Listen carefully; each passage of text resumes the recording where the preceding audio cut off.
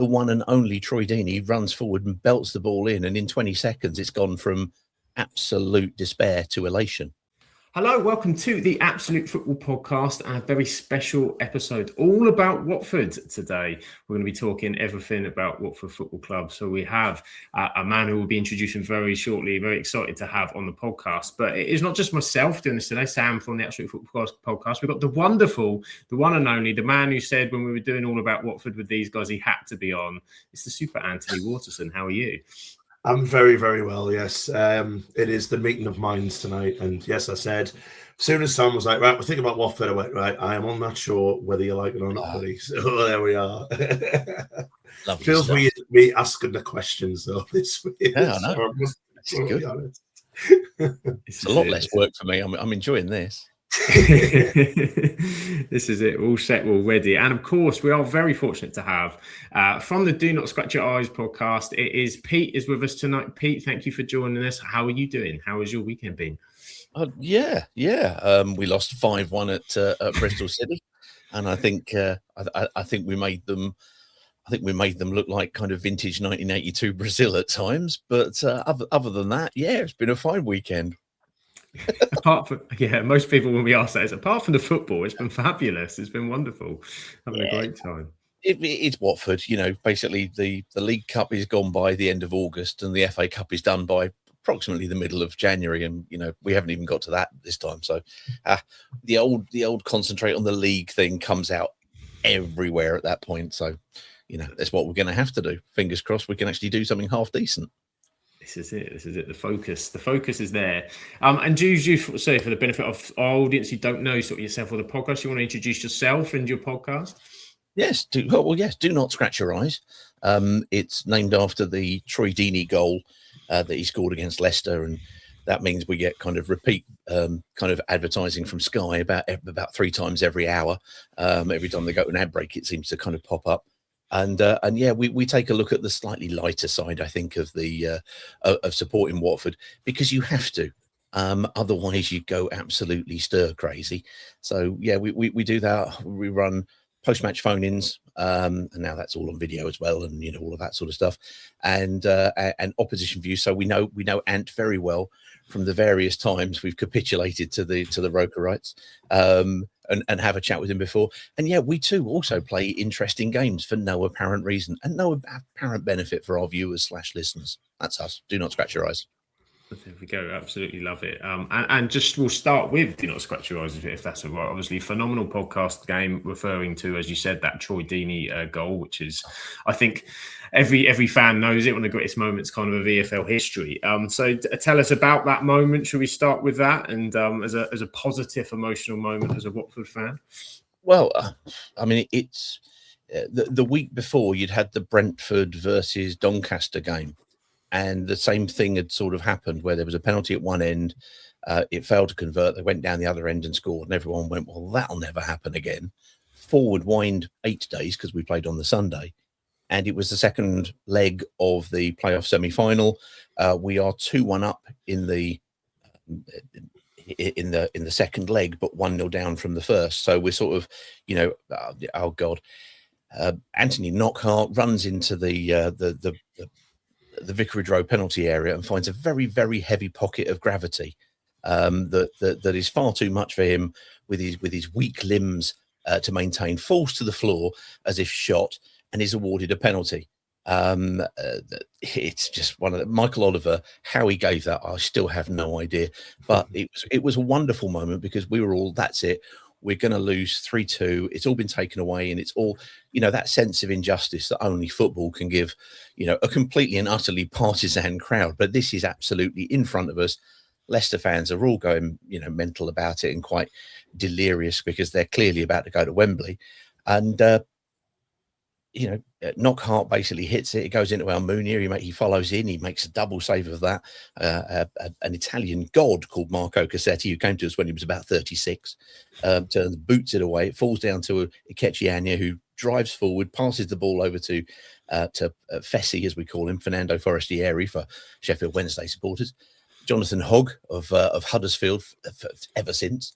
heads the ball back, and the one and only Troy Deeney runs forward and belts the ball in, and in 20 seconds it's gone from absolute despair to elation. And we were really lucky because we got to interview Troy Deeney about 2 years ago now, and we were due to have about an hour with him. Then we got a note that he could start a bit earlier, so we started a bit earlier, and we ended up finishing after about 4 hours with with the people in the Birmingham area threatening to put his face on milk cartons because his family were missing him. Where had he gone? And he just gave us everything. He just chatted about everything, and it was the first time he talked about that goal, because when it happened, everybody just wanted to go on about that and that alone. But of course, if you were young, I mean, he would have been 25, 26 at that time, something like that, I suppose, maybe not even that. You don't want the greatest moment, this iconic moment in your rearview mirror. You want to be looking ahead to what you're going to be doing. But we got him shortly after he'd had his very, very brief spell at Forest Green Rovers, and we just chatted and he was lovely. And I appreciate he will be, people will see him as kind of Marmite. They'll like him or they'll loathe him, but he was fantastic for us. And obviously he's godlike at Watford after 12 years and being the most successful captain in the club's history. He was the captain all the way through the Premier League second era under the Pozzos. And we got to the end after about 3.5 hours and we haven't talked about that goal. And he finally talked about it. And it was just because our podcast was named after basically his right foot that he felt an obligation to do so, I think. And since then, he's kind of chatted about it a little bit more, which is lovely. But an incredible special moment for everybody. Needless to say, in true Watford fashion, the pitch was invaded twice and then it was restarted and then it went off. And we went down to Wembley and capitulated to Crystal Palace. Leicester, who were absolutely kicking and killing themselves, obviously, about this happening, the following season rampaged through the championship on their way, with Nigel Pearson, who we had a brief spell. Mind you, everybody's had a brief spell as Watford manager. I suspect that Ant will probably be the next one. It was like they came to Watford, and of course everybody's still crowing about this. They showed the goal before they did us 3-0, and Knockout ran absolutely rampant. So what goes round comes around. But I think most Watford fans now accept that we went to Wembley and all of the cost and the heartache that implies. But that moment just crystallised what being a Watford supporter is about, which is amazing moments, absolute incredible connection and contact to the club, ultimately futile. But to have that moment was just one of those things. Yeah, an amazing moment, and of course became the podcast name for you guys. An easy choice. Was there any others in the hat for the name, or was it easy pickings?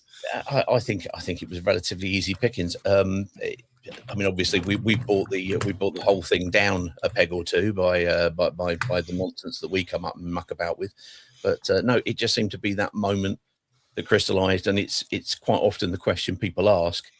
And then the next question that they would have asked was, "What about that Troy Deeney goal?"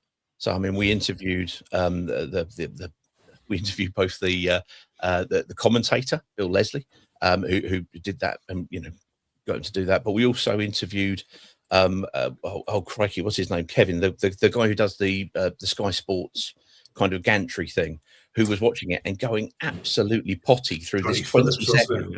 Johnny Phillips? Yeah. Thank you, Johnny Phillips, sorry. And he was going absolutely potty. They were, at the time, Watford didn't have the Sir Elton John stand built.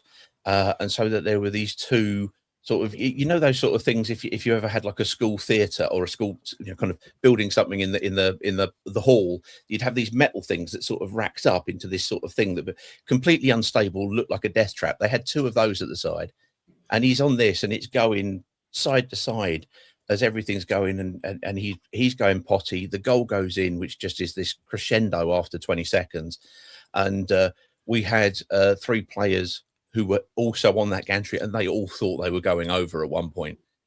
So we've spoken to all of them about it. We've exhausted that moment as much as we possibly can, because if there's nothing, we're nothing if not hypocritical and unoriginal at the best of times. That's what we've done.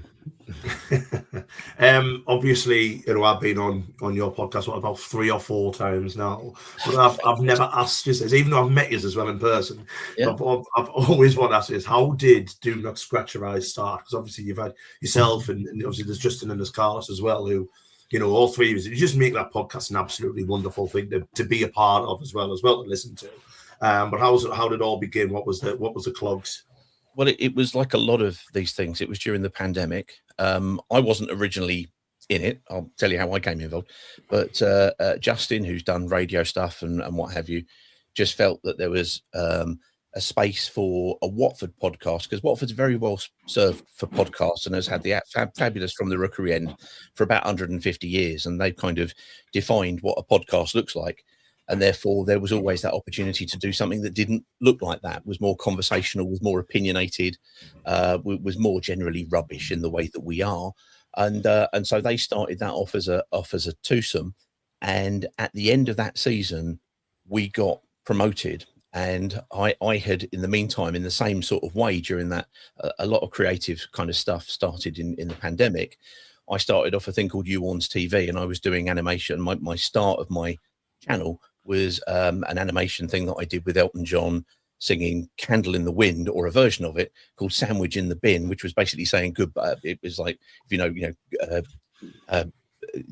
you know the song Candle in the Wind by Elton John, and of course Elton John with Watford, and it was Goodbye Luton Town, though we never knew you at all, we had the grace to hold your place, and soon you will go down. And so I put this comic, this cartoon together for about a minute and a half and put it out, and it just went viral, which was lovely. And one of the reasons it went viral is because Justin just basically saw it, nicked it, ripped it, put it on the podcast, mentioned it, and put it out. And so I just kind of reached out to them because it went absolutely tonto and said, well, why don't I do some cartoons like the Ricky Gervais show of your stuff that you're doing? And that's how I became part of, the whole thing.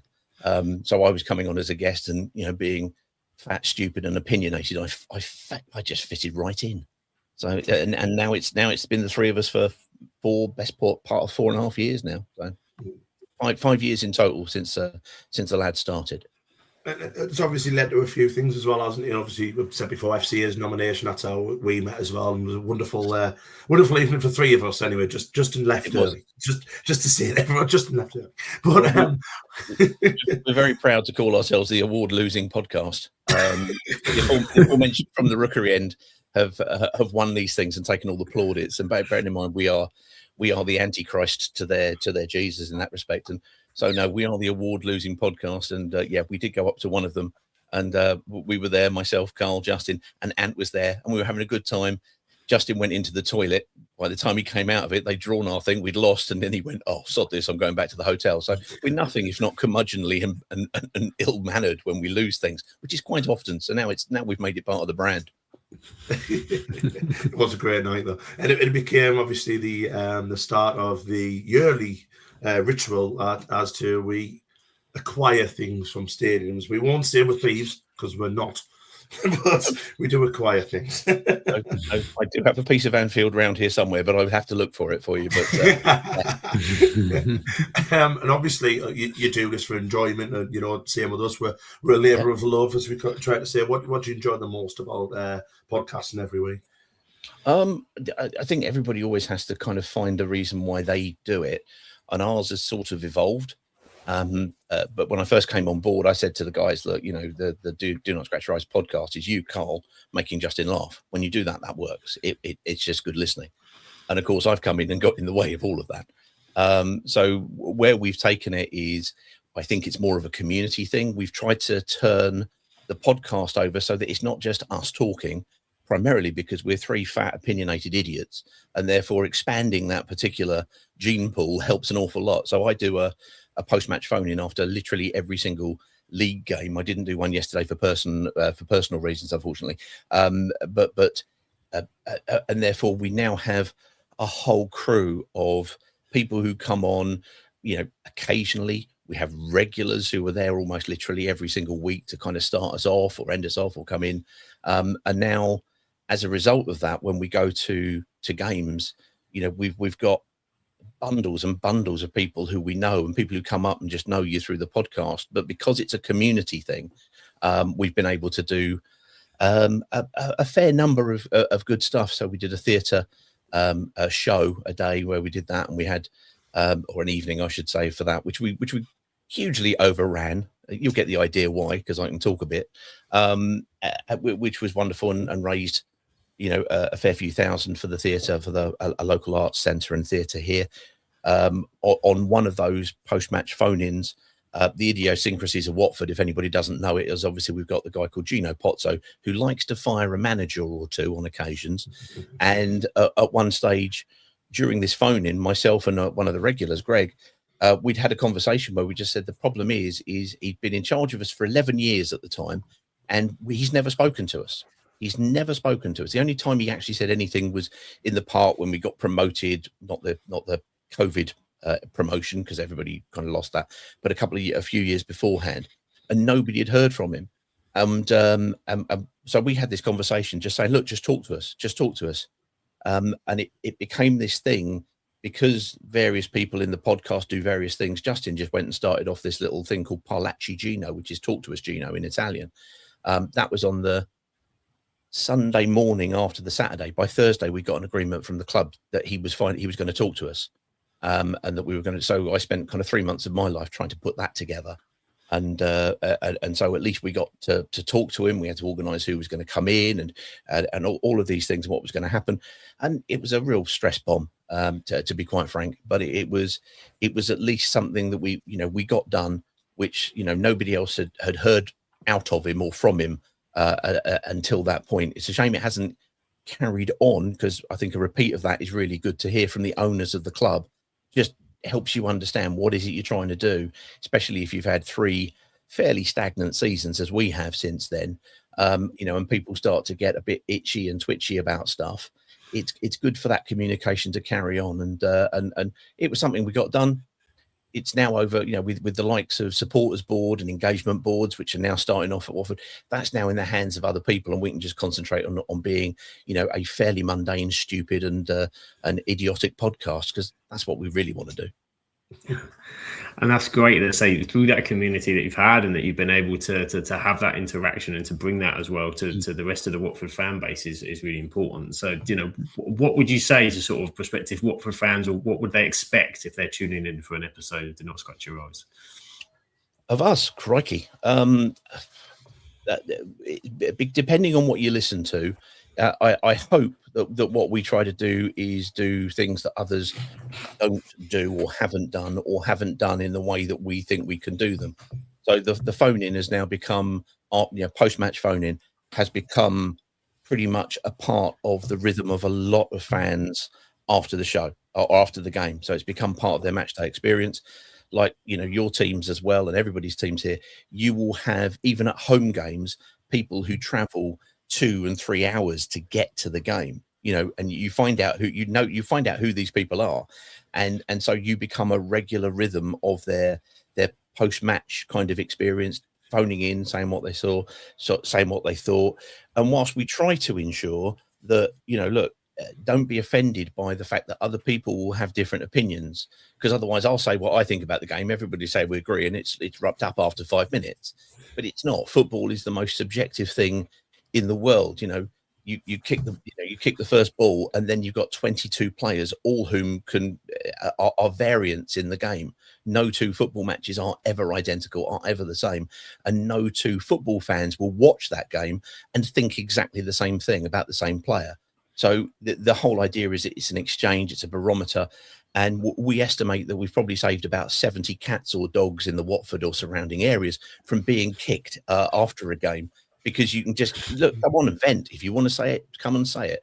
And we've always said we won't let a lack of knowledge get in the way of an opinion. There are some who take that as a challenge, it would appear, but never mind. It's like, look, what are you thinking? Because you see so many, and we've had a number of people who've turned around and said, oh, your opinion isn't worth anything. I disagree completely. I think supporters' views are hugely important. If I sat there and I watched Game of Thrones end to end, I'd know more about Game of Thrones at the end than I started. If you've been watching Watford for 40 plus years, or Sunderland, or whoever you're supporting, you get to know and understand that. You have an opinion, and we just throw it over the whole platform if people want to come on and say something. If they don't, we have comments in the because it's a kind of a Twitter / YouTube stream / podcast thing, and so we can kind of, even if they don't want to come on and publicly speak, we can still get their points and their opinions across in a number of different formats. and hopefully try to make it entertaining more than anything. It's because, you know, when I come in here and I turn this on and I hit this and I go, right, okay, go live, you don't know what you're doing. You can't script that. You just have to go with it and find out who you're talking to and go with it. And some days it's, you know, some days when we first started, it might be about 40 minutes long. We've had 3 hours easily, especially when things aren't going brilliant, but we've had 2 hours when we've done well. You know, it'll be as long as people want in order to say whatever they want to say. So we do that. We've also grown loads of friends, and Ant is one of those. You know, from our opposition views, because we wanted to try to do that slightly different. So we have we basically just do stupid things like a prediction league, because every time you go on any podcast, they go, what do you think the score's going to be? And we just went, well, what are you going to do with that? So about 4 years ago, we started a prediction league, and that started and ended badly, needless to say, because Justin and Carl, my two oppos, know somewhere between nothing and absolutely sod all in terms of predictive qualities. And so we then started with, can they beat over a season inanimate objects? So as Ant knows, we had a dog selecting things, and we had a guy called John rolling dice for random, and they won. They won at the moment as the dog has retired. So we've now got two postmen or one postman, one post lady, I should say, in Margate, who are opening letters in these small letterboxes in Margate to predict the forecast of Watford scores, and they are a country mile ahead of Justin and Carl, and the EFL, for whom Ant has represented previously as well. And all it goes to show is, hey, look, we know what we hope it'll be, but nobody really knows. It's just a bit of fun. So that's what we do. Hopefully take what we do seriously in terms of a decent level of output, but not take ourselves seriously in terms of what we're doing, and just have a bit of fun with it. Because when Watford had been in the Premier League, the last 2 seasons that they were in there, it was a torrid time. So you just had to have a laugh at it. Otherwise you just go, why are we doing it? I'm still not over the retirement of Jarvis Cocker Spaniel, like, I've got to be honest. I know, Jarvis Cocker Spaniel. Worst news I heard.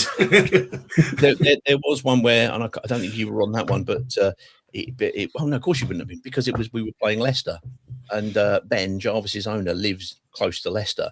So he took this Jarvis. Jarvis used to predict. He basically used to look in these cups, and he'd have like 1, 2, 3, 4, 5 in there, and he could, whichever one he went to first, he go in. And then people wrote in and said, but you've got the numbers, he can read them. He's like, he's a Cocker Spaniel. But fine, okay, we turn them over, do that. And he took this particular routine, and he took it and did it outside of the King Power Stadium. There's people walking by, and what on earth is this person doing? Part of our podcast. It's quite regular. We've had various things. It's all very strange. And it's great to have, as you said, by having that live element to it, and it gives that unpredictability. It gives that people their opinions. I mean, we much do the same on our podcast, and obviously we get a multitude of clubs. It's always interesting to see how one differs from the others, and sometimes it can bring something completely left field. It makes it fun, and that's part of what it's all about. And you get to find out why people support, who they support, and where they come from. So I suppose with that, moving on to yourself, Pete, how did the love for Watford begin? Look at that segue, isn't that? That's not the kind of thing you get on Do Not Scratch Your Eyes, I can tell you that. Screeching of brakes and gear change going on. It was April 1978, and a friend of mine in Canterbury School in Watford, John Mayhew, I know, for he was that, and he was a mad keen Watford fan. I'd never been. My dad had never taken us, and it was his birthday party, and so I got taken along. And if you know your Watford history, you'll know that the Graham Taylor is basically like, God. Two spells, 5 promotions. My first game was when they lifted the first trophy against Southend United, 1-1, but we lifted the 4th division, as it was called then, trophy, and ran around. And I'm just, wow, this is amazing. And I'd always liked football, but I'd just never been taken to it for whatever reason. And for me, and it's still something that it's one of those things that my son looks to the sky and the eyebrows go north when I say it. But I still find the experience of going to, especially a new stadium, but even just a new stand, when you walk through the vomitory, when you walk through whatever the structure is of the stand and what have you, and you walk through and there's this baize of green in front of you and the stadium opens up to you, I still find wonderment in that. I absolutely do. And the fact that in 1978 I'm sitting there and you could have somebody next to you who you've never met in your life and they look a perfectly respectable person from Monday to Friday who can scream expletives at the highest volume.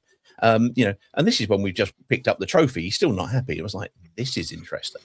So yeah, that was it for me. Basically, it was just this is wonderful, and it was fortunate for me because whilst how can I put it? Everybody will go, and I will always say, Watford, you don't have many glory hunters at Watford, frankly. But at that time, I didn't realise I was having it so good because that was the start of the first promotion. We had another promotion the following season, and then we were 3 seasons in the second division before getting promoted in 82 to the top flight for the first time ever in our history. And it was just that was in 5 years of it, and you just took this for granted because Graham Taylor was working wonders, and we had Elton John as a chairman, but you didn't think about him as Elton John. You just knew it was Elton. He's that bloke who does who does the raffle at half time. He's the one who hands out Easter eggs. That was literally how it was because Elton John was on. Oh crikey! I don't want to know the street value of drugs he was taking per day, but he was using Watford to ground himself as much as possible. And he describes the relationship that he had with Graham Taylor as equal to the one he had with Bernie Taupin, his lyric writer. They're together. Both Bernie and Graham were born in Lincolnshire, really, really, down to earth types. And they sort of stopped him from, really being the Rocket Man and never landing again. So Watford was massively important for him at the time, but he just went, oh, this is clearly what always happens. Then Graham Taylor left, and then it all went a bit different. But hey, you can't have the good without the bad. That is very, very true. You speak to a Sunderland fan, so you're absolutely bang on. It is, honestly. I mean, I say Sam only knows bad stuff at the minute, but he's Man United, so they were the best team in the world. I had a decent start, not so much. Yeah, I don't like it anymore now, do you? But you're right about the grounds, though, because I went to the new Everton ground yesterday for the first time. Absolutely beautiful. And you still get that. I remember going to my first away game, which was in the FA Cup. I think it was the 3rd round and 4th round. We went down to Wimbledon at the old Wimbledon ground. So I was 6 or 7 or something. And even that, go to my first experience. I still love that when, as you say, you walk in, there's a brand new thing. It's different, completely different music that you're hearing and all that stuff. Yes, it was just the same as what it was when I was like 5, 6 years old, the first one. So I totally agree with you about that. I totally get it. I think most football fans will probably say the same thing, especially ones of a certain ilk. Basically calling me old there, so sorry. But obviously, it pretty much a simple question is, what does the football club mean to you personally? Obviously, you podcast about them, you still go and everything like that. So the love is obviously still there, Peter, amongst the good and the bad times. Well, this is where I say something philosophical, isn't it? Which is not something that's on brand for Do Not Scratch Your Eyes. Trust me. The shallow end. That's where we reside. Most typically, it's. I mean, other than my mum, the relationship I have with Watford Football Club is the longest, most long-standing relationship I have in my life. It's not an option. It's not an I'll unsubscribe. That's your team. That's it, and unless I move to a foreign land and decide I'm going to, patronize a local, team somewhere in Norway or something, neither of those two things are likely to happen. So that's what it is. There's an interesting debate because the more you have social media, and we are part of it, therefore we are also part of the problem at Watford in that respect, is that for everything that we do, your typical fan reaction will always be, and it's understandable. I'm not trying to be kind of greater than it. Is if you win, everything's good, and if you lose, everything is bad. But the thing is that people now talk about football fans and talking about having a sense of entitlement. There's only one way not to lose football matches, and that's not to play them. And who wants that? Who wants that? I want the wailing and gnashing of teeth. I want to go to the FA Cup final and lose it 6-0. I'd want to go rather than never to have happened. It's so it's one of those things. There are highs and lows. It's a roller coaster, and you get on the roller coaster because you want the ups and the downs. And okay, it plays out over your lifetime, and there will be some people at Sunderland who have gone through the absolute dearth, waiting so long to get back to this moment. Those are your campaign medals. Those are the ones where people will talk about being in the third tier. And the various different places they've gone to, and now you're getting something back. Doesn't happen to everybody, all the time. So no, Watford means a tremendous amount to me. However, and I was thinking about this the other day, I also think it's a little bit like you have a childlike relationship to a parent with your club. Because if you are like me, and I was 8, and I don't know how old you guys were, but if it's kind of either passed on to you via locally or some by parents or what have you, you look at your club as if it's just the best thing. It can do no wrong. And then as you grow older, it's almost like looking at your parents. You realise that actually, no, my dad's not superhero. He's kind of faulted. He's a bit rubbish. He's a bit like me, basically. And you see your club like that. But you sort of stick with them because it is family, because it's a relationship, and you love them and you loathe them in equal measure, and you start judging them. And this is where the entitlement comes in, because very, very few people in this world can afford to own a football league club, let alone a Premier League club, and do anything with it. So you live vicariously through what's happening with the club. If you wrote it down and went, if aliens came down and said, so explain football to me, and you say, well, basically I take my mental health and I tie it to the, to the performance of 11 completely unattached individuals to me who don't live in the vicinity, don't necessarily have anything to do with it. Oh no, one of them has, because he's come from the youth team and wasn't good enough to sell. My weekend is made or broken on that basis. And Elton John is one of the world's worst. He's described his weekends as being ruined when Watford lose, and he's a multi-millionaire. So, what can the rest of us do? Exactly. You're right though, isn't it? It's simply just, hooray at the same time. That's it's crazy. It's crazy. On Wednesday when we were playing Brentford, and when a certain Enzo Lafayette missed a penalty, I mean, I could have honestly, I was literally posting on, make him walk on, never play him again, this, that, and the other, completely irrational thoughts. And then he goes and scores yesterday. I love you still. It's so fickle in it, but never mind. It absolutely can be. But I mean, but that's the point. It's the ups, the downs, it's the subjectives.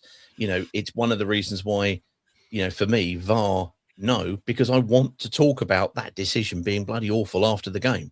And that's one of the wonderful things about having been in the first year where VAR was in the Premier League. Coming out, I know we've lost out for stuff. Don't care. The ability for somebody to see the ball hit the back of the net, you check the referee and the linesman, no sign, and you're up and you're supporting, and there's nobody pulling you back 3 minutes later in Stockley Park going, no, I think we found a reason to disallow that piece of fun. No, I don't want that. It's all got to be emotional. If you take the emotion out, then frankly, what is the point? Yeah, no, you're right. You know what, I've obviously coming into this season, it's the first time we've experienced VAR. We're obviously a little bit last season with the playoff final, but VAR saved us in the playoff final. So I've got a little bit of a, I quite like it just because it saved us. But yesterday, or it will cost us, yeah. But obviously yesterday we needed VAR for their equaliser because it was the worst decision I've ever seen in my life. Literally just one of our lads just kind of gives someone a nudge, he flies over into the box, penalty, and VAR probably would, I hope VAR would have overturned it. I'm not sure. But anyway, enough about me, Peter. We're talking about you. But that's my point. If you had VAR in, they would look at Anthony Knockhart basically falling down under the challenge of Marco Cassetti, you barely touched him, and go, nope, no penalty, carry on. The whole do not scratch your eyes moment didn't happen. But because it was played for drama, because it got played, the sense of injustice was there. It was palpable. it was completely the irony, by the way, is that Anthony Knockhart and Troy Deeney are good mates. I think that's quite funny. But because it happened, it didn't kill that moment of drama. And the thing that I hate seeing in the Premier League, and I think the Premier League is a wonderful thing, but is now you watch the supporters and they go, yes, and they're half-hearting the sort of the celebration. And that I like that too much. No, VAR, enemy to the people, in my opinion. But I'm just one, and that's just my opinion. But that's a good thing about football. I must admit, I didn't miss it when I was in the Championship. Well, I said did miss it. Didn't wish I had it at any point in the Championship. I must admit, or League One. But now we've got it. It is what it is. I don't think it's going away. So I think we're stuck with it. I'm afraid. Right. But anyway, back to you. Matchdays experience at Watford now. What are they like? Is there a nice build-up, nice music, crescendo, everything? Is it still Elton John? You're coming out Elton John and this, that, and the other. What is it personally like for you? Well, I was very privileged to be on the thing with Colin Murray and Pat Nevin, who was a hell of a player in his time. You're probably far too young to remember Pat Nevin, but hell of a player he was. I remember him scoring past us for Tranmere. We got promoted in '96. Yeah. Well, and that was talking all about the music of it. But before people get in the ground, like a lot of places now, we now have a family zone / fan zone as well. Which has only come into place this season. That's a really good thing to have. We have a supporters bar called The Bunker, which is behind the Rookery end, where people can kind of accumulate and go in there. And that's been running now for probably at least a decade, if not more. And that's a really good, fantastic piece prior to it. So people are now starting to get into that idea of, well, we can arrive a little bit earlier, have a drink, have a chat, have a catch up, which of course is fantastic for that community piece that we mentioned. Because, when you go to football, if you sit in the same place, and I appreciate not everybody will necessarily do this, but if you've got a season ticket holder, you will know people by name. And you might even have your own unique names, but you might not even necessarily know what their names are. With us, with the call-in community, people know their names but haven't put faces to it. So the ability to come in and people see us, and then you're kind of introducing, oh, this is this person from, this. Hi guys, this is the Northwest Cheese Express, which is 3 guys who come down all the way from the Northwest. You're introducing to people who wouldn't have met previously. The game up, I think it was Wrexham the other day. 2 guys travelled up, wouldn't know each other from Adam, with the exception of the podcast, but more importantly, the community that's around the podcast. That's a really nice thing. So those things happen. In terms of getting into the ground, we've had, since I've been going, since 1963, we've had the same thing that you will have heard at Everton yesterday, which is Z Cars, the old 1960s police procedural TV program. And basically they had it about 3 months before us. And it was our manager at the time, Bill McGarry, his favourite TV show. So they decided, oh, right, we'll walk out to this, shall we? Yeah, why not? Because that's the kind of thing they were doing in the 60s. Somebody thought that was a new thing. So we come out to that. We used to have Chariots of Fire on after that, but now we have Your Song by Elton John. They've been trying to crowbar something in about Elton John, in the music side for ages. And it was Saturday's All Right for Fighting or I'm Still Standing. None of those quite took, but we've now got Your Song, which is an odd one because it's a sedate song, but it's the quintessential Elton John song, and it's that's now found its rhythm, which is quite nice. So there's a few things. There's another fan zone, as I say, for the juniors, which is now the family zone and the junior Hornets, and we are when you go back to it. I sit in the Anne Swanson family stand, and Anne Swanson was the lady who basically created, under direction from Graham Taylor in the early 80s, possibly even the late 70s, the thing I just mentioned there, the Junior Hornets.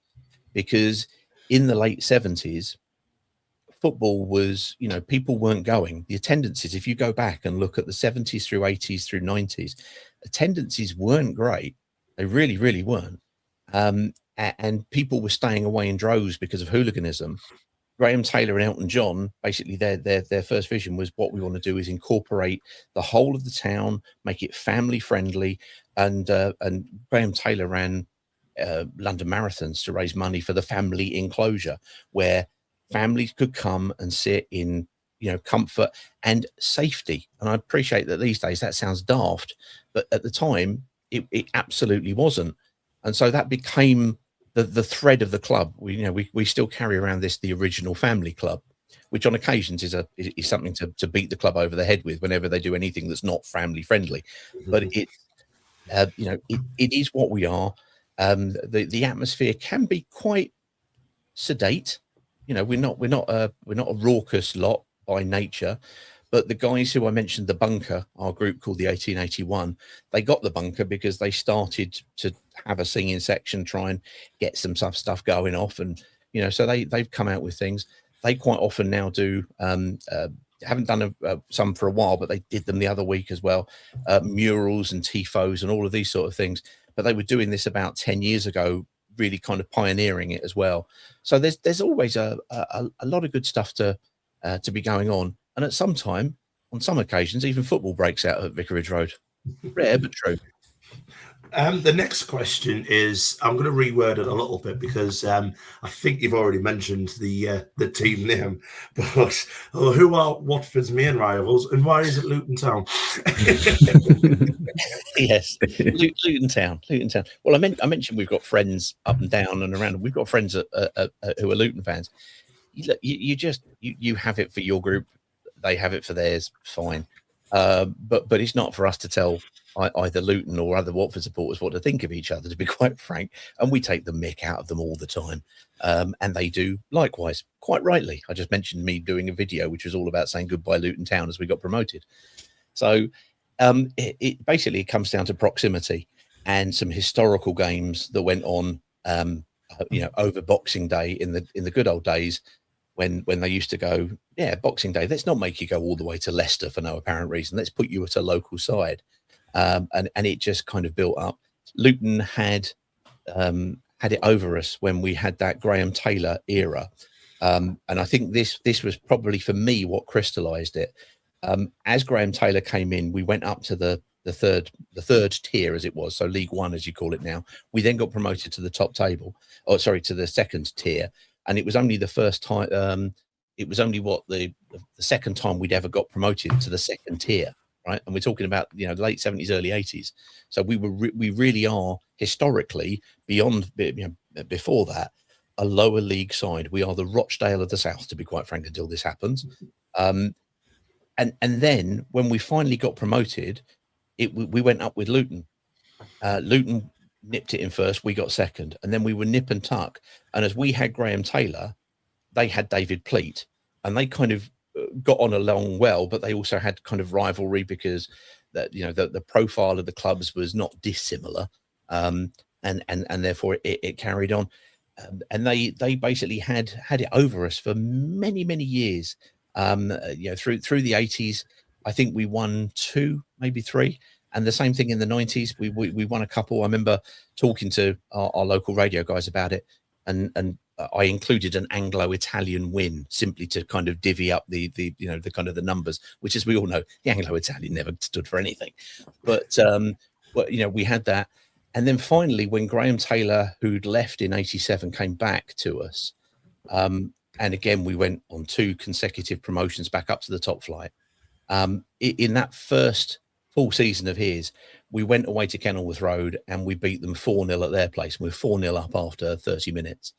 And the locals were not happy. There were police horses on the pitch at half time, and they were kind of barricading the dugouts to make sure the Luton fans wouldn't get at the Luton manager, Lenny Lawrence, at the time. And they've done us at our place. We've done them at theirs. The most recent one is they do us at their place, Kenilworth Road, and we've basically done them, and we did them back in 23, another 4-0. So it's kind of like there's stuff there. I mean, even yesterday, after being knocked out by Bristol City, one of them put a note on our thing. And it's all good fun. I don't care, saying, "Oh, you still haven't won a major honour, then, have you?" Because they won the League Cup in '88, was it? I think it was '88, something like that. And of course, so we never hear the end of that because we've won it early on. Yeah. The fact that it was about 38 years ago doesn't really matter, does it? Never mind. So it's like all rivalries. You don't like each other. And then if you have an enemy from afar, you'd probably come together to do something. But no. It's there are rivals, and long may it continue. And I'm sure they think likewise. Absolutely, it's all part of it, isn't it? It helps elevate it and enjoys the discussion and the back and forths that happen with it. So one of the things higher and lower, absolutely the case. So one of the things we did sort of ask beforehand, and hopefully you have one prepared, was an all-time Watford 11.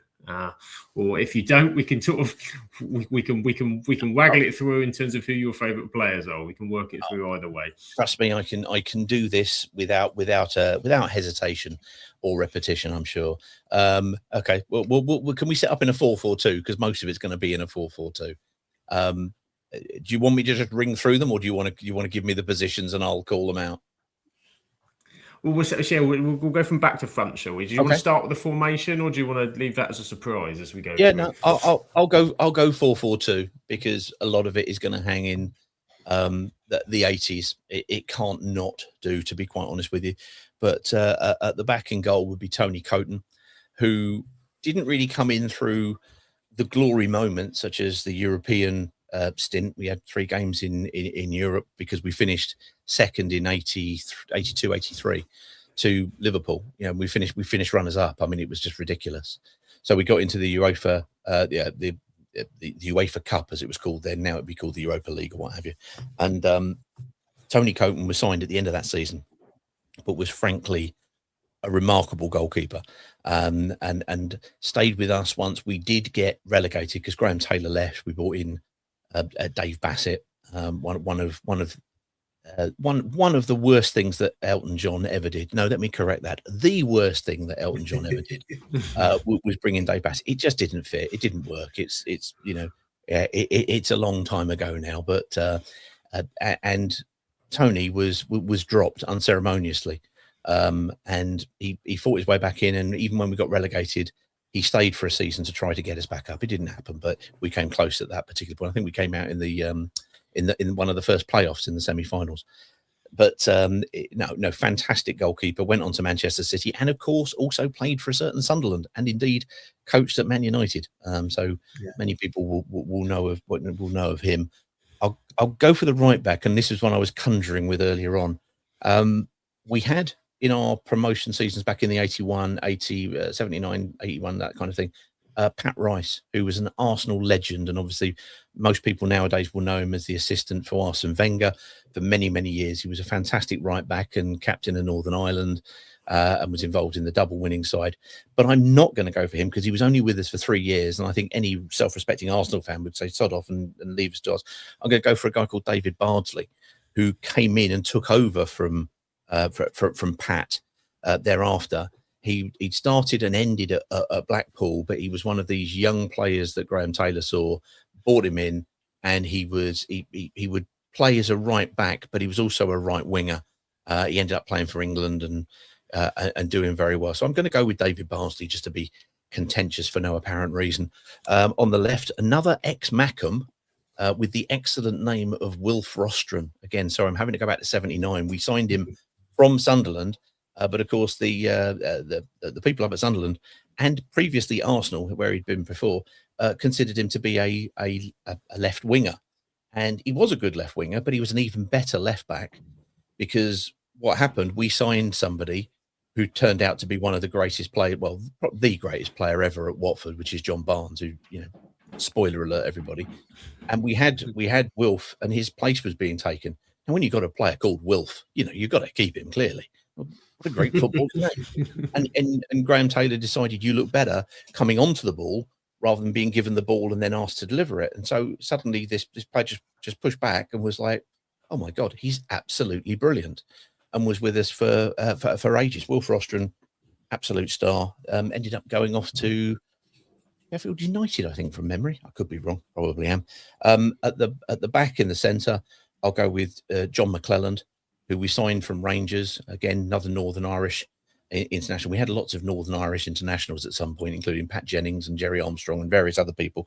But John McClelland, he had this ridiculous kind of long body, which and kind of seemingly short legs, but they just moved like somebody out of the Wacky Races. If you remember that, his legs just seemed to move disproportionately quick, and he would take things away, which was just wonderful. And he was just absolutely superb.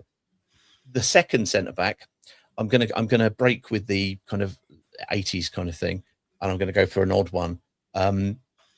When we didn't really have very much money in the what would now be the early 2000s, one of the local non-league sides is Northwood, kind of close to us, and Watford played Northwood, and they'd got a lad called Jay Demerit who'd just come across. He'd paid his way over from the States to try to make it in Europe, got a game at Northwood, played against Watford, signed for Watford, went on and became club captain, ended up captaining literally America in the what's the tournament they used to play before the World Cup, Confederations Cup or something like that.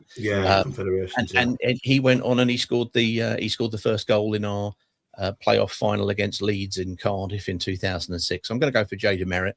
There will be many people going, oh, how have I not put in a player called Ian Bolton? And you're right, it's an absolute sin. He should be in there because he was much maligned when we got called a long ball team in the 80s. But I've decided to break with the 80s, and I apologise, Mr. Bolton.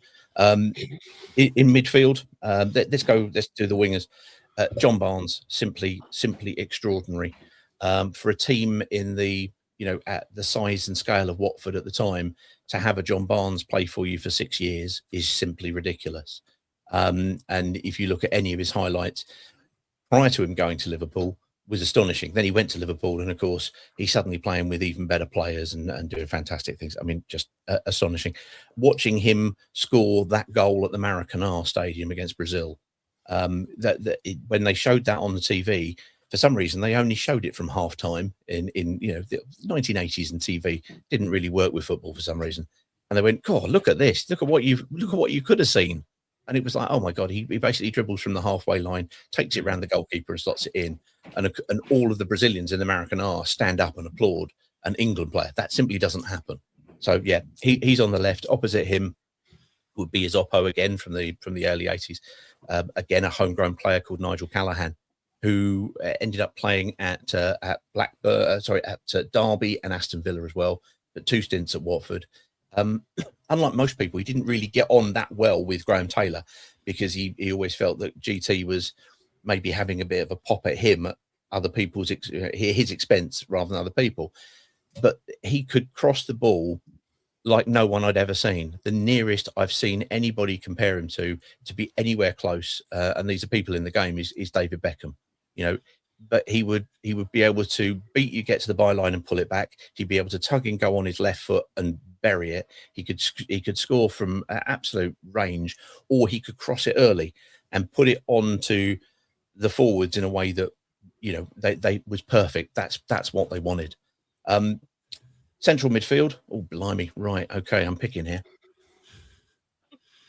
I have to go with Kenny Jackett. One club player until he unfortunately got injured. Had he not got injured at 28, he would have won the the most appearances and all of that sort of stuff. And along with Nigel Gibbs, who basically should also feel put out that I didn't put him in at right back for doing likewise. Was wonderful. Welsh international, and he could also play at left back, but also the central midfield. And I'm going to put in a player from the mid 90s now. Which was a time when nothing good for Watford happened, with the exception of the Spice Girls came along, and if you Google Spice Girls football shirts, you'll see they basically did a football shirt shoot, and they were wearing Posh was wearing Man United, of course. Scary was wearing Leeds. Baby was wearing Tottenham, I think, and Mel C, Sporty Spice, was wearing Liverpool. And in the middle, though, looking, well, how can I say, resplendent, was Jerry, who went to school at Watford Girls Grammar School, not a not a stone's throw from the ground, resplendent in the Watford kit. Now, don't worry, I'm not putting Jerry into central midfield. This is a tangent I'm going off on.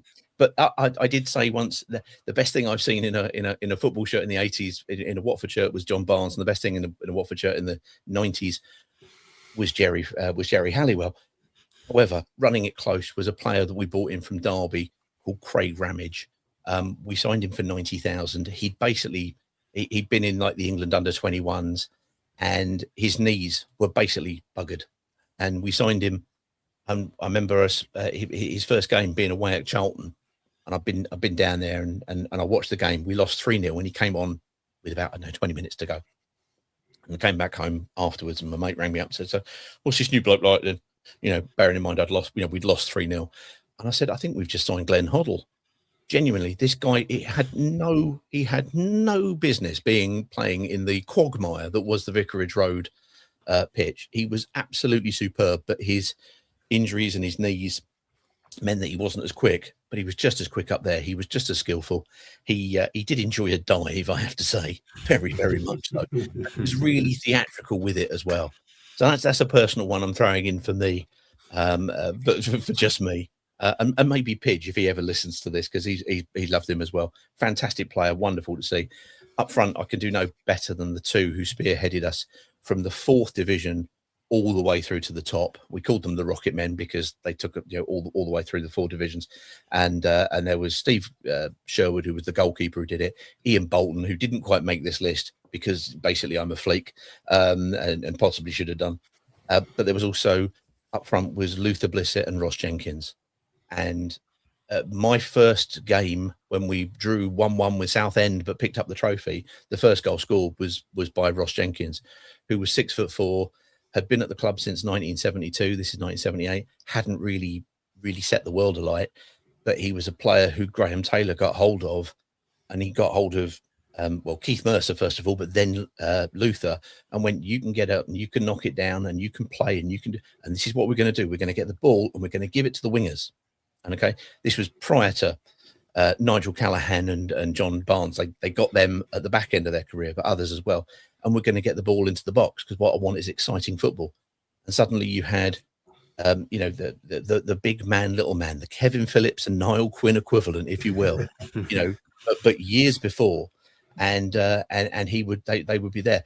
Can't put Luther Blissett not in this, frankly, at all. Despite a number of decent forwards, he scored the most goals of anybody at Watford, and he scored the most appearances.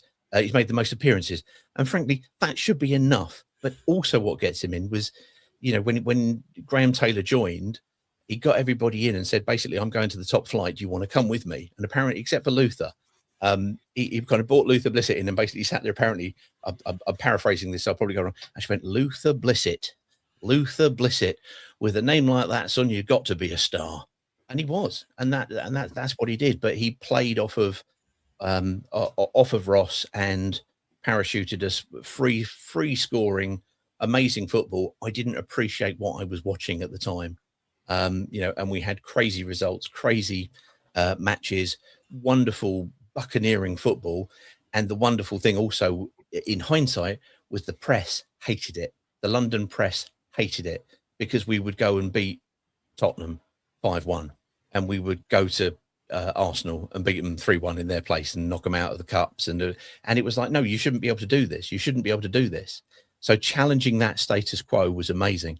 And the moment, and it's again a special, it is like a do not scratch your eyes goal moment, was the moment that it was in October 78. So it was about 4 months after my first game. We drew Man United in the League Cup, 24th of October 1978. And basically, we went up there, 3rd Division Watford. Luther got 2 headers and we won it 2-1. And it was national coverage of it for the first time. It was like, oh my God, what's going on here? And there's TV, YouTube footage of it all over the place.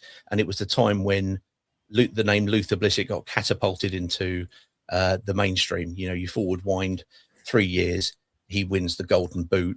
He's the I think I could be wrong here, but he's certainly the first black man to score a hat-trick for England, if not the first black man to score for England. A whole series of ceilings punched through. He ended up moving to AC Milan for a season, came back, had another 3 years, went off, did similar things at Bournemouth, came back again, and as I say, the most goals that have been scored and the most appearances. There's other people who I could mention, but for the good health of the viewers, I think I should stop there. It's a fabulous team, and I think both Ant and I will appreciate it. It's a 4-4-2, Ant. We love a good 4-4-2. I knew he was going to go 4-4-2. Yeah, you can't not. I'm disappointed Jerry Halliwell never made the cut like midfield. Apart from that, I think it's a bang on team. Genuinely, it was one of the highlights of the 90s until Graham Taylor's return. I do remember that. The height of the Spices. I remember that Watford kit in the middle of Jerry. So there you go. It's reached everywhere, and a fabulous team. And of course, as you sort of touched on, we're going to talk now sort of about the sort of ownership and where the kind of club is kind of at and moving to this sort of season. So, with the Pozzo ownership that you've had, and you mentioned it earlier, the large manager turnover, shall we say?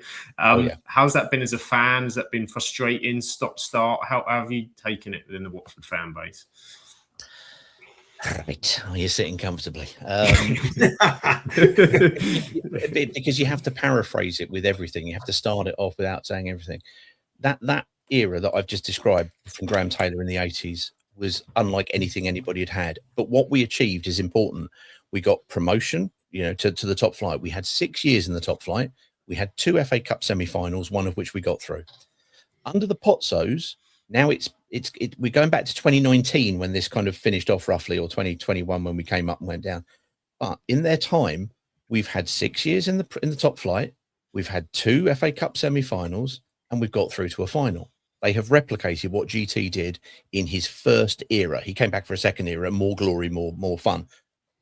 Nobody ever thought we could do that. You have to start with that, because otherwise you sound like an absolute entitled idiot. Because if you don't accept that you've had some really, really good years, you can't look at it and go, hang on, but there are some things, aren't there? Gino Pozzo, who is the son of Gianpaolo Pozzo, who owns Udinese. When they bought us, they also owned Granada, and some strange things occurred. Suddenly, we'd been bought by them. We were a team who were finishing, if we were lucky, in and around 15th to 11th in the championship. Staying up was success, end of, because the kind of players that they were going to suddenly bring in, not a hope of having that at the time. They join, they fired a manager who's not done anything in the game, Sean Dyche, who went to Burnley and has done fantastically well. But the first thing they did was they sacked him, and we brought in Gianfranco Zola. But you're looking at it and going, well, what's this going to be like? And it took a little while, but he had like 56 players on, bought in suddenly from all walks and nationality. It was like United Colours of Benetton, if you remember that. Hardly anybody spoke the same language and all of this sort of stuff. And at the time when this happened, Troy Deeney was serving time at Her Majesty's Pleasure at the time. And he came out with about 4 weeks of the season gone and decided, I'm going to get in this team. And he did a massive amount to turn us around and make it there. So, and then suddenly we go on all of these various things. Took us 3 years, but we got promoted, and then we had all of that good time. However, the idiosyncrasies that have become apparent is that the owner will fire a manager because the Pozzos, they're from Italy, and culturally it's not a manager, it's a head coach. It's a functionary role. It's not somebody who runs the club. It's not somebody who manages everything anymore. Like so many clubs nowadays, you have a head coach, literally that. And despite recently Ruben Amorim coming out and saying, I wasn't hired as a coach, I was hired as a manager. Sorry, mate, you weren't. Because the moment you've had the directors of football, that was the start of the erosion of all of this. And therefore, what happens is we bring somebody in, and Gino's a big fan of the concept of a manager bounce. So if you're not doing very well, he'll change it to try to kind of jar the system and make it change. And as I said, it's worked for a long period. It worked. But the problem is you can only have kind of like this kind of shocks to the system for so long before it becomes part of the culture of the club, and they know it's happening. And suddenly the players sort of turn around and go, yeah, I don't need to listen to you, because if we don't get you results in about 4 weeks' time, you're gone and somebody else is coming in. So why should I listen to you? So we've ended up going all the way through this as a novelty, utilizing what's known as the Pozzo network, who, prior to things, databases and all of these wonderful things about players now, we would go and, who's this player? Oh, we're bringing him in from Ecuador. Are we? Oh, okay. Who's he? No idea. Brilliant. He's fantastic. Now everybody scouts globally. So that particular benefit has been narrowed down. We still have, we're still able to find, some real diamonds in the rough, so to speak, but it's harder than it was, and therefore they're having to do things differently. And the problem is if you've got it and you've got players who are just going, well, I'm not going to listen to you because you're not going to be around here anymore. You're not really an authority figure. Why should I do what you want to say or what you're asking me to do?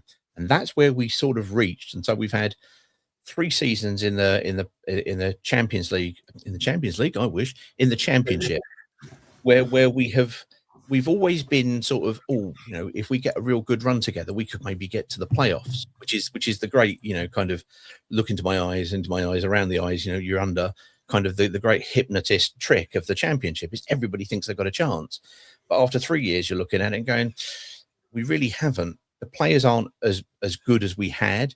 And like most teams, we've sort of been into the Premier League, but the kind of the bit that we hadn't seen was that we built up 178 million pounds of debt whilst in the Premier League, because the Premier League is okay. You're going to get more cash, but that's just like having a big bucket, but it's got an even bigger hole than the one in the Championship. So since we've come down, we've had to cull things left, right, and centre in terms of the wage bill and what have you. But they have done that intelligently, and they have managed to whittle down, from what we can see of the accounts, we're waiting for the latest ones to come out, they've whittled that down by about 100 million, in fairness to them.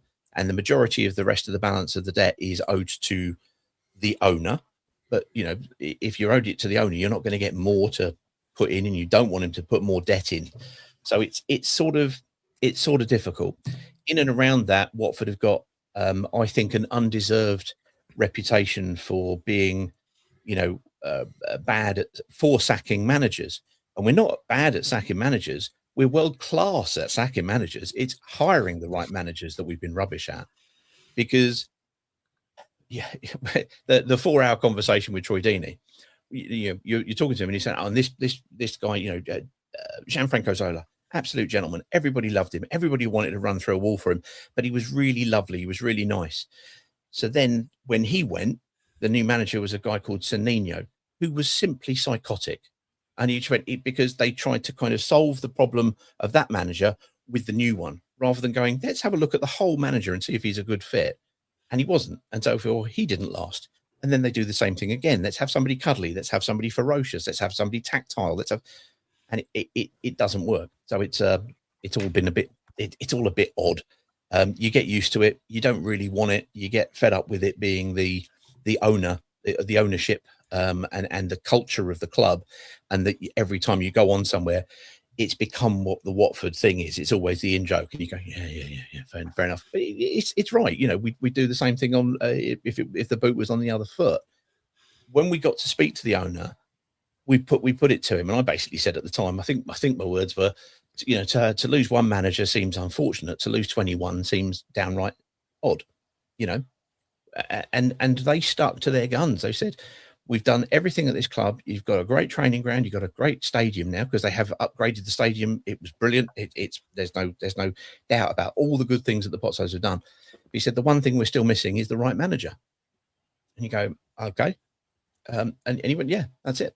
That's all we need. The right manager. And it's like, well, who's in charge of recruiting the managers? It's you, and you're not doing a very good job of it.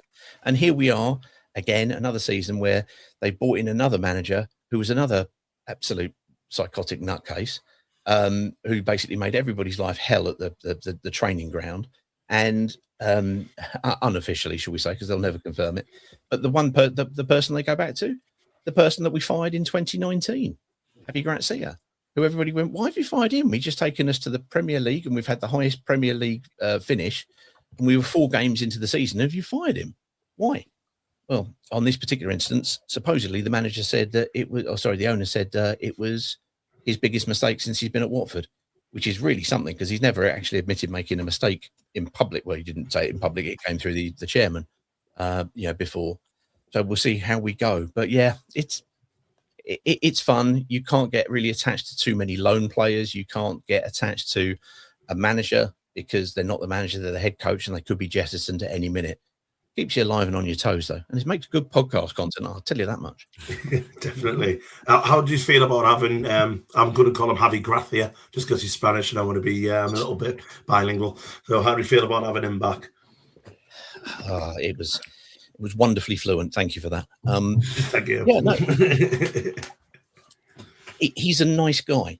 He's a nice guy, and so there was that immediate antidote to what had gone on before. But because we'd had him, and he has been the longest standing manager under the Pozzos, even and now he's in his second stint. I think most people are happy with it. Some people turned around and said, "No, we thought the football was boring when he was last here." And at one stage, after about 9 games, I think his like for like comparison with his predecessor was very, very similar. And it was like, oh well, we shouldn't have done it. It was wrong. Since then, we've gone, I think we're 13 games with 1 defeat until yesterday in the cup, and it was a whole different shape, whole different team, and we will concentrate on the league.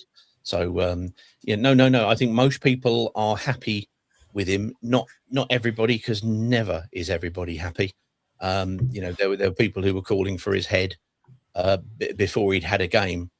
There are people who go back and look at that 6-0 drubbing in the FA Cup in 2019, and say, it was a global embarrassment. Whereas I look at it and go, I look at it in a different way, and I'm entitled to do that as they are in terms of how they look at that particular moment, which was, yes, we got through to it. Yes, we had our asses handed to us on a plate, but at 5-0 down, if you looked at that stadium, the Watford flags were up and going, because it was like, no, we're here. And for us, this is only the second time we've ever been to the FA Cup final. And you've got to stick together and be part of it. And even though we then went and conceded another goal after that, it kept going. And we were coming out, and Man City supporters were coming up and saying, amazing, because, at that point, most of them all got season tickets or apartments in Wembley because they visited it every other week. So, to see a team who were, we got hammered. There's no two ways about it.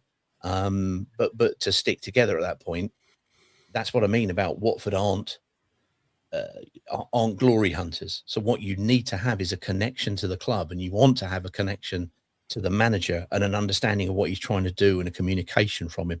And when you get that, you've got something to hold on to.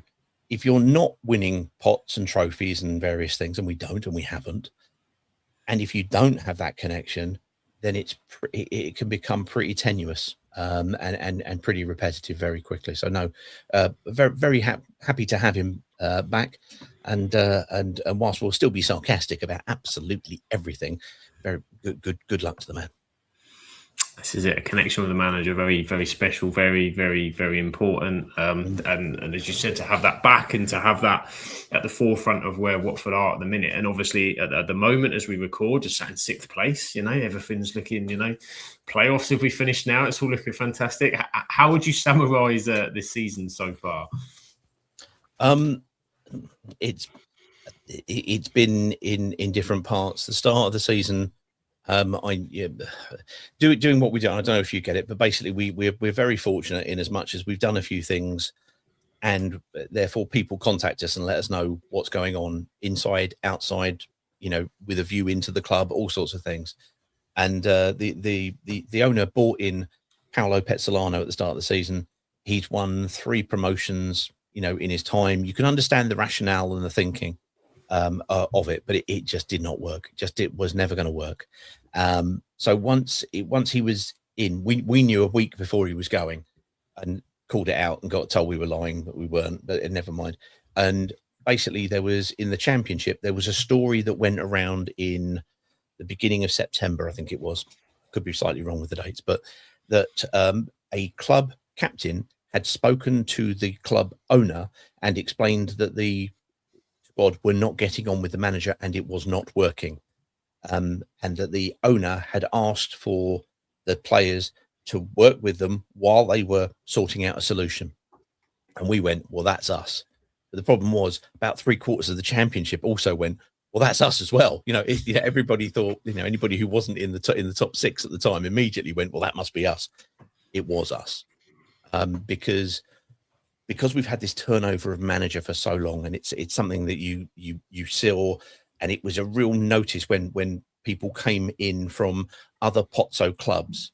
The players would talk about their relationship to the owner and the owners, and you went, that's interesting, because normally in England people follow managers, they don't follow owners.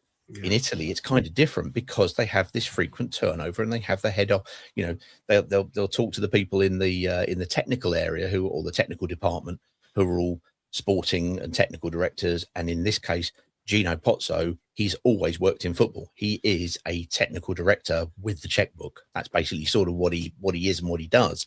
He still has people to go and do the legwork, sort of what he does. So suddenly we were talking about people who knew what the owner is and was, and what it was about. So that was a tricky thing, but we knew that this tale was us, and we got told, he's going to be out, and he'll be out after, I think it was the Oxford game. And we had 3 games, we won 2 and we drew the other, and it was like, ooh, what's happening here? I mean, no, he's gone. And I on the post-match phone-in that we do, and I said it, I led with it, because we knew, we've been told, and again we were called out as liars and this and that and the other, and it proved to be true. And it's just, if you stick your head above the parapet and say something, on occasions there will be people who aren't happy to hear it, and will think that you're just being negative towards the manager, even though he's just, on the surface of it, had 3 really good results. He hadn't. The players had suddenly gone, all right, fair enough, we won't phone it in then, because they'd lost 1-0 at home to Blackburn, 1-0 away to Millwall, and 2 more lamentable performances you had not seen. And the one at home was when we wore, you might see us now wearing the blue kit quite a lot. Well, that was designed by Elton John and his team, and it was the big day, and Elton had come back. We played Blackburn, and we just didn't turn up, and we lost 1-0, and it was a big damp squib. So there was a big examination about that at the time. Since he has gone, it's taken Javi a little while to get into it, but he's only lost, I think, 3 games in his time, excluding the cup. Since then, over about 19 games.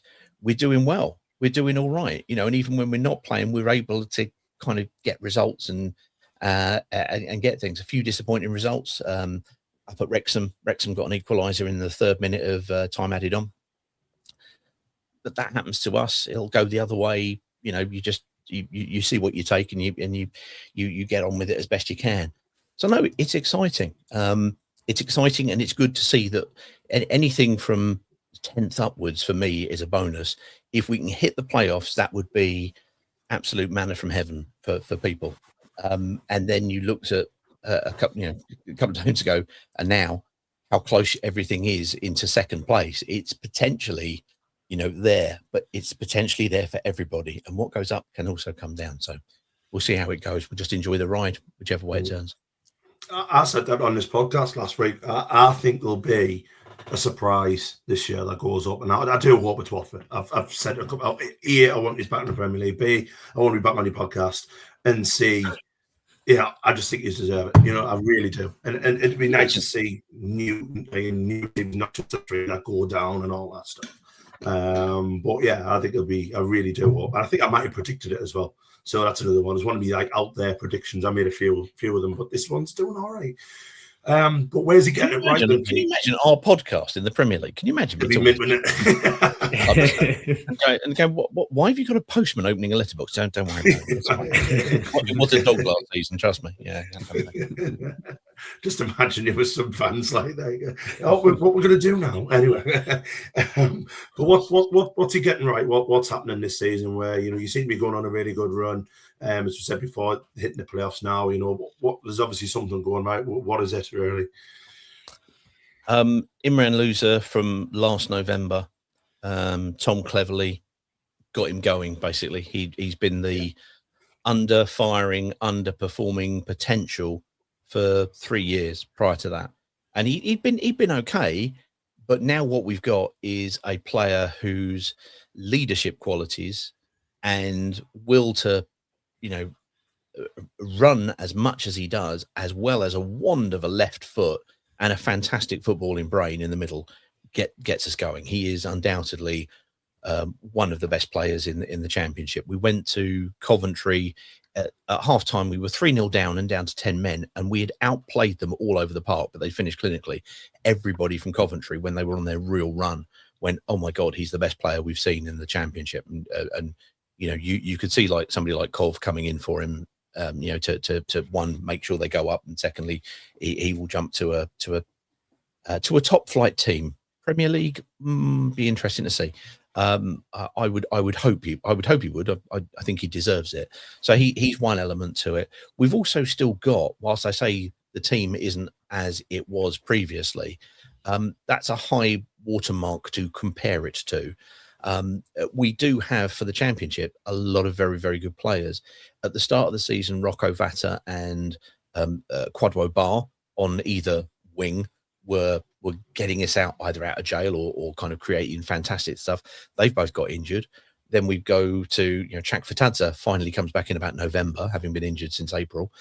He's a fine player, but doesn't, if you look at his stats, they're not good. He basically scored 2 goals and 2 assists last season for the whole of the season. Looks wonderful, but he probably needs better forwards to help him, you know, get better on the assist elements to it. But a fantastic player. We signed a lad called Othman Mama, who's just won the Championship Player of the Month. And he basically came in, he was nowhere near the team because they signed him knowing from Montpellier for about 200 grand. He went off with Morocco to the Under-20 World Cup. They won it, and he won the Player of the Tournament award. And you go, okay, in this country, we don't tend to look at youth international tournaments particularly well. Other countries absolutely do, and previous winners of this have been Lionel Messi, Cristiano Ronaldo, and Maradona. You know, I mean, he's in this, you know, very, very good company doing that. He came back and then was kind of pitched in, and he's taken to it like a duck to water.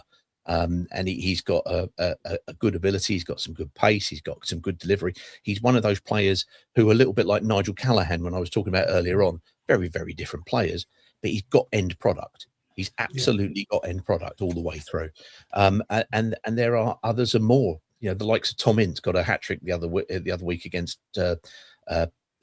Birmingham City, and he's come in and he's been there for 2 years, not really been given a chance. And Javi's given him a chance. I think he played in the first game of the season, didn't play at all until Javi came in. Javi's had him in, and he's been the elder statesman that we needed, because we've also got Musa Sissoko, who's a waste of space. Absolute waste of space. If he doesn't retire, I'll be stunned. But you know, yesterday he was playing against Bristol City, and you wouldn't have known it from the commentator talking. It was he's just not done what we always needed him to do. Tom Ince most certainly has, which is why he was rested yesterday. So we've got a number of decent players. A fantastic lad at the back called Matty Pollock, who is Jamie Pollock's son, if you remember him from Man City, Palace, and Middlesbrough, I think, from memory. Yeah, and he joined us from Grimsby. It's always funny because when we sign these good players, people turn around and say, "Yeah, but we don't sign the young defenders." Really, Matty Pollock? That we signed him for $1 million about 4 years ago from Grimsby. He came in. He went off on loan to Cheltenham. Was it? He went to Cheltenham. Then the next time, there. Then he came back in. He played against Millwall. And he had one of those kind of 50p header kind of moments, which put them in. They scored the first goal off of it. He looked like a startled bunny in the headlights, basically. And he had a torrid, and we were 3-0 down, and it was end of. And he looked shot. Excuse me. He went off on loan to Aberdeen, played in a back three. They loved him, wanted him, shone brilliantly. Came back, was nearly out of the club to go out to Belgium, and he didn't go. And everybody's like this lad because he's a proper old-fashioned English centre-back. And I mean that in the most complimentary way I possibly can. Because, yes, you can have a player who needs to be, wants to dribble out from the back and play very nicely. See Max Alleyne playing for Man City yesterday. But you also need somebody who goes, no, none shall pass. and that's Matty Pollock, who will put his head on everything, who will jump in the way of absolutely anything. And so he's an absolute throwback in the best possible way. So there's, look, there's a number of very good players. We're better organised now. It took Javi a little while to move away from doing 4-4-2 and move it to a 4-2-3-1, because we've also got other players who can fit in that second line of attack. For example, there's a fantastic player called Nestori Irankunda. He was fantastic at the start of the season, scored a couple of worldy free kicks, but again, devastating pace, but didn't really kind of give us. He kind of went off the boil for a bit. He's now back on it again. So look, we've got some good attacking talent. We've got some cohesion. We've got some organisation now. The one thing we need in the transfer window is somebody who's going to come in and replace Max Elaine, who we had on loan from Man City, did really, really well. We need somebody who's going to fit into that and play from there. Yeah, and he scored yesterday, didn't he? Max Elaine for City. I mean, so did all the team, but and half of Exodus. But yeah, fair play to them. Just the Exeter goal was fantastic. Did you see it? Brilliant goal. I liked how he just literally went and got the ball as well, just whatever. That was his first professional goal as well. Like whatever. But you mentioned like players, and we'll delve into a couple of them now. Like, which ones surprised you? It could be good, it could be bad, but which one surprised you this season? I'll go with both our fullbacks. Some people were again a little bit like Imran Louza.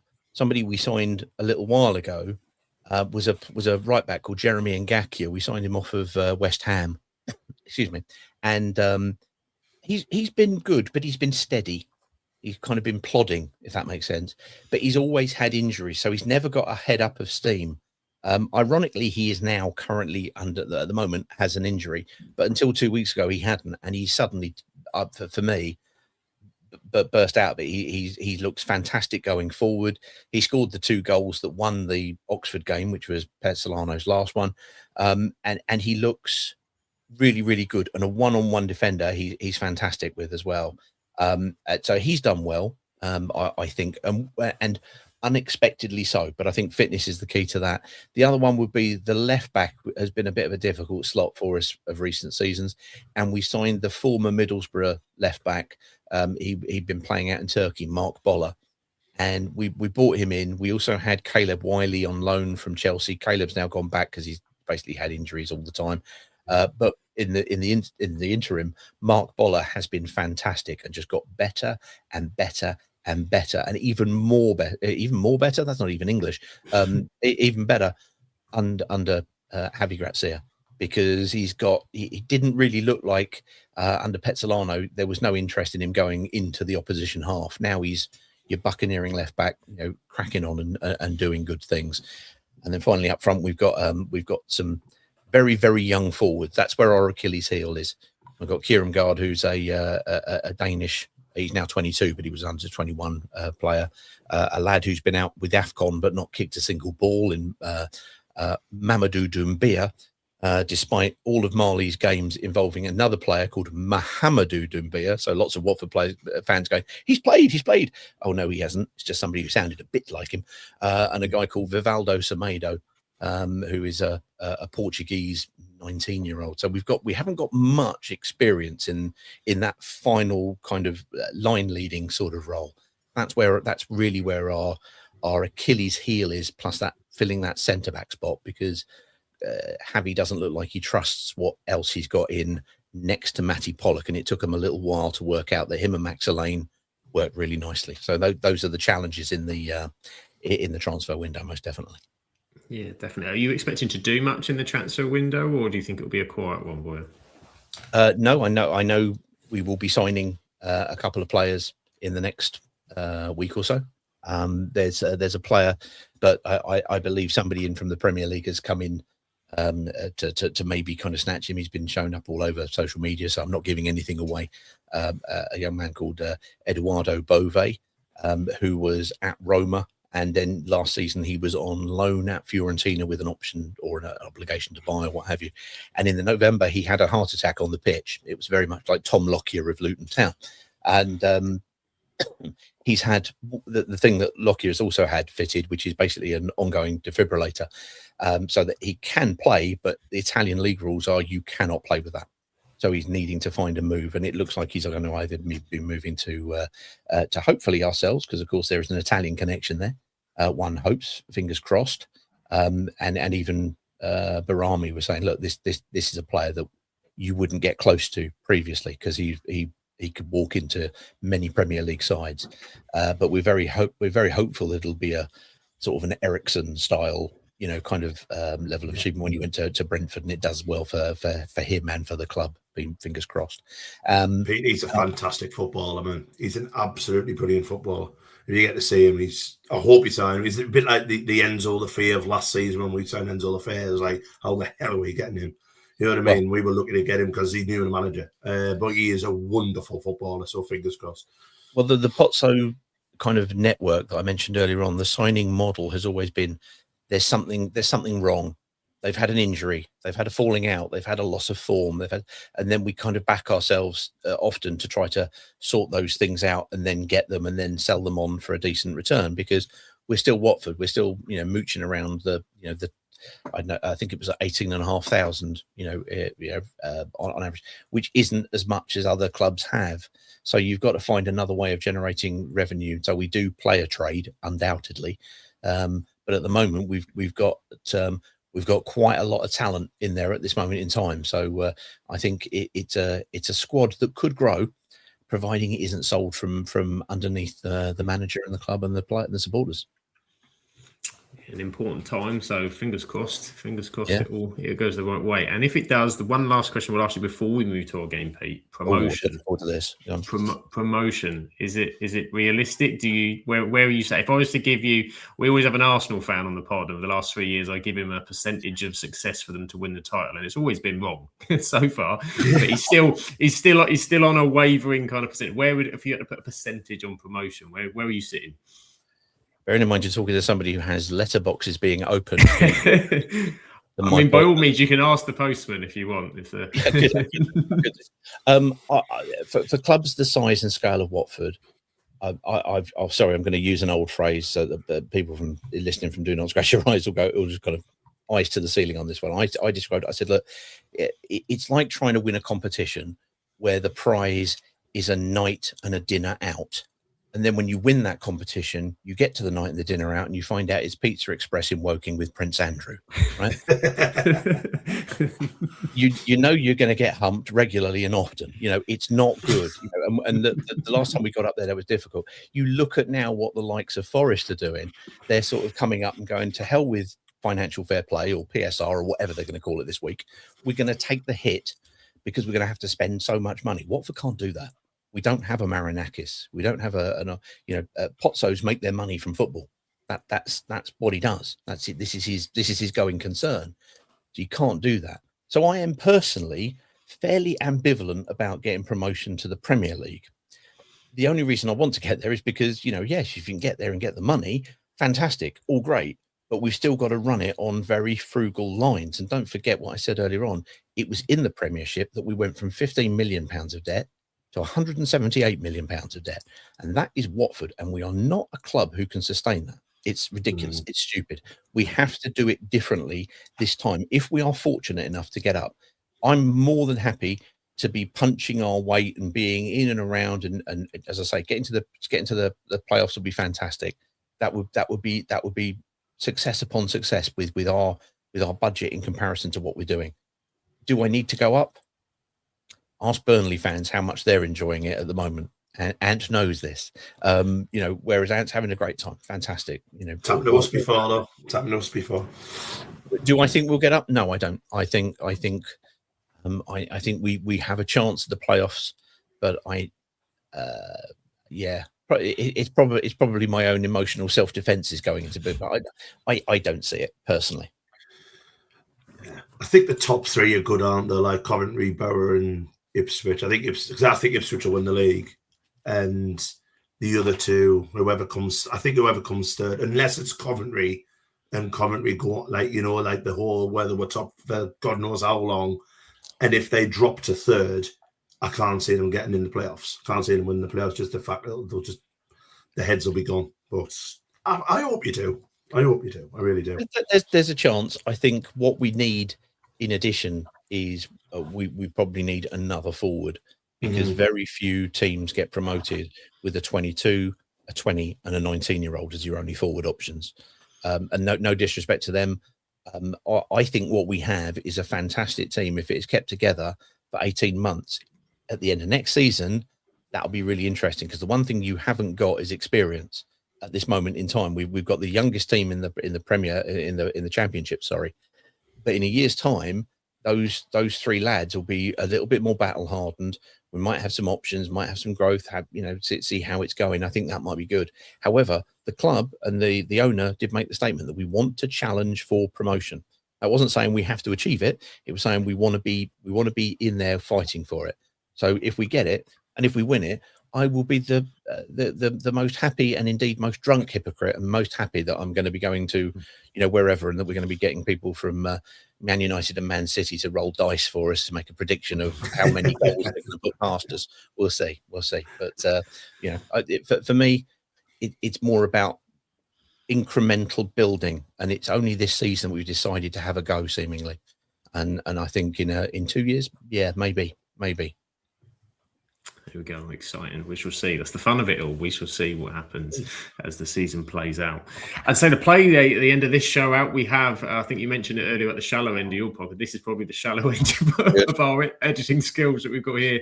We'll play the intro video and then we'll explain what the game is all about. So here we look go. forward to it. Let's kick it off. The question with only two answers. Absolutely or absolutely not. Absolutely. No. Absolutely not. Absolutely. Absolutely not. Absolutely not, mate. Absolutely.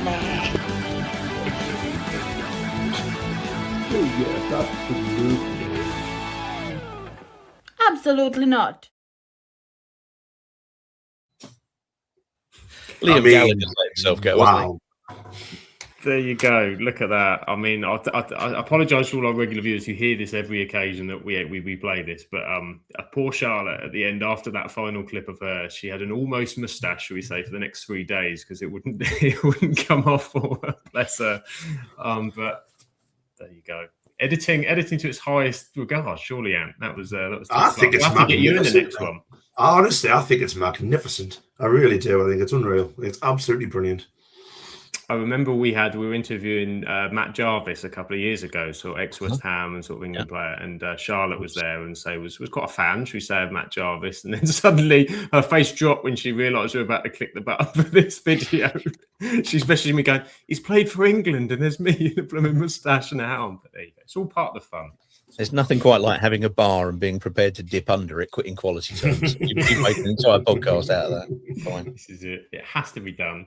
So the game is, in course, I'll move us all over here to the left, because it is all about absolutely or absolutely not. We call the game. So there's only two answers for this, Pete, and there's 6 players we're going to bring on the screen. And basically you have to say absolutely they should stay. They are absolutely Watford, or absolutely not, that they need to leave out the door at the next opportunity. So we've got, I think, probably quite a simple one for you. I think you kind of answered this already earlier. Right. The club captain is here, first off the floor. Absolutely or absolutely not, Imran Louza? Absolutely not to go anywhere, please. Absolutely not. Absolutely not to go anywhere. Next up, Moussa Sissoko. I think you answered this one as well, to be fair.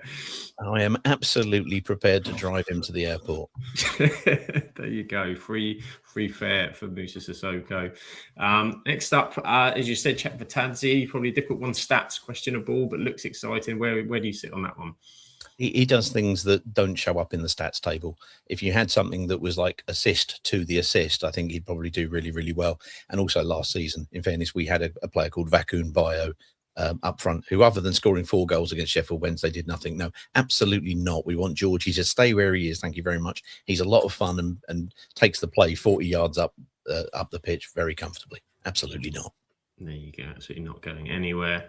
And next up, Ido Kayembe. Ooh, my co-hosts would be leaping all over this. I'm gonna say I'm going to say absolutely not, unless we sign somebody else in the transfer window. No, I say absolutely not. He is a useful player. He's not a starter, but a good squad, good to be used in the squad. Okay, he's a stayer. Next up, a man who's in a bit forward now, Tom Ince.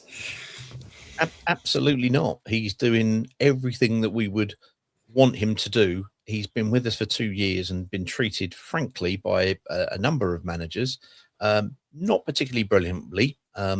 Even Tom Ince and dealing with Tom Cleverley, who they both know each other really well. He's been meticulous in his professionalism, and he's starting to get some payback for it, for him and for the supporters. Absolutely not. Absolutely not. There you go. He is to stay. And Quadro Bar, the last one. Absolutely not. Oh, this is an interesting one, because on our community group we've been sort of chatting about this, because Quadro is fantastic. He's one of those players though who needs to. You look at him and sometimes wonder whether or not he needs a move or what. He can run hot and cold. At the moment, he's not quite hitting his straps. I'm going to say absolutely not, because Quadro on his day is simply unplayable. He's as close to, oh crikey, what was his name? The Traore, the lad who used to play for Wolves, now plays at Dharma Traore. Yeah. He's an absolute specimen. He can rip raw down the right hand side. We just need to get him back to fitness, and he's got somewhat temperamental hamstrings. We did look at this, and the question was, if he was given the money, and someone like Bournemouth came in and offered you 25 million, would you take it? And so that got into the conversation. For me, absolutely not. Lovely bloke, and he's got some end product on him as well. So absolutely not. Absolutely not. There we go. Fantastic. And there we are. That was absolutely not, which is how we like to end our fabulous interview episodes. But thank you so much, Pete. It's been wonderful talking to you all about Watford. It's great to do these episodes that are articulated, to understand, get the deep dive into another club, and also to meet and chat with yourself. So it's wonderful. Thank you for joining us. And please do advertise yourself, and where, if people aren't following and do not scratch your eyes, where can and should they get it? Well, you can look at donotscratchyoureyes.com, because that'll give you everything that goes out to all of the other places. But we're on X or Twitter, and on YouTube, and on all the places you'd expect, and all of the places you get your podcast from. Look up Do Not Scratch Your Eyes, or look up DNSYE_podcast, and there we will be, being basically flaky, amateurish, and annoying. Wonderful. That's always the way to do a podcast. I think that's absolutely perfect. And funny enough, I'm going to be in Leicester tomorrow, so in your honour, won't scratch my eyes when I'm there in honour of the big game. But I was fortunate. It's not just me, obviously. My wonderful friend Ant is here as well. He's come to join us. And where's everybody finding you these days? Apart from loving life in the Premier League. Well, apart from that, and criticising referees and footballers who do the Panenka. Apart from that, I am at @_Watterson, and I am on the cesspit, that is X or Twitter, and also on Blue Sky. There we go. That's where you can find Ant. And where can you find us? We are the Absolute Football Podcast. Yes, that is us. We have live shows 4 days a week, Monday, Tuesday, Wednesday, and Thursday out at 8:30, covering all aspects of football. We have our wonderful non-league show hosted by Shah in collaboration with NL Full Time. They cover the National League North and South. We sort of do a match day coverage of that on a Monday. On a Tuesday, that's where you can usually find Ant and I on the Premier League show. I think it's just us this Tuesday, and there's no Premier League, so that will be an interesting one. But we'll chat something, that's for sure. We go around what's going on and all the action in the Premier League. Sometimes some watch-alongs we do as well. Wednesday is it's Freya and Team Chaos. They talk everything women's football, WSL and WSL2. That is back this week, so they are returning and have great fun with that one. Wasn't much of that this week either. Much of that. They'll still go for 3 hours, though. They absolutely will still go for 3 hours. That you can guarantee. And on Thursday is the absolutely lower league show, Shah and the Rowdy Rabble, as we like to call them, talking everything Championship, League One and League Two. So if you're a Watford fan or a Championship fan, etc., we do delve into that on a Thursday. We do interviews, club episodes, women in football as well. First series is up, and Charlotte will be doing a second series at some point this year. You can find us on Twitter, Absolute Ball Pod, YouTube, Absolute Football Podcast, and Twitch, TikTok, Absolute Football Pod, Instagram, Absolute Football Podcast _ Blue Sky, Absolute Football, and Facebook, the Absolute Football Podcast. We're pretty much everywhere because that's just how it is. That's just where we're about. So there we are. But nothing else to do but say thank you very much, Pete. Thank you very much, everybody, for listening. And we'll catch you soon on the next one. Ciao for now.